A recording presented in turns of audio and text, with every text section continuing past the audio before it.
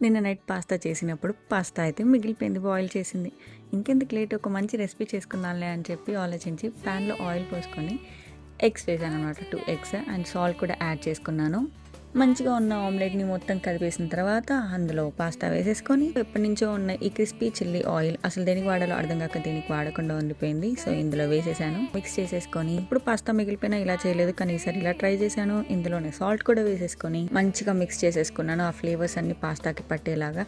ఇంతలో పక్కన ఒక బౌల్‌లో గార్లిక్ స్ప్రెడ్ బటర్ ఉండే దాన్ని మైక్రోవేవ్‌లో పెట్టి అది కొంచెం మెల్ట్ చేసేసుకొని పక్కన తీసుకున్నాను. ఇంతలో మన పాస్తా అయితే ఫ్రిడ్జ్‌లో పెట్టాం కదా, కొంచెం హార్డ్‌గా ఉంటది. అదైతే సాఫ్ట్‌గా అయిపోయింది. సో, స్టవ్ ఆఫ్ చేసుకొని పక్కన ఒక 2 మినిట్స్ అలా వదిలేసాను. ఇందులో గార్లిక్ బటర్ యాడ్ చేసుకొని మంచిగా అయితే మిక్స్ చేశాను. ప్లేట్‌లో సర్వ్ చేసేసుకొని టేస్ట్ చేశాను.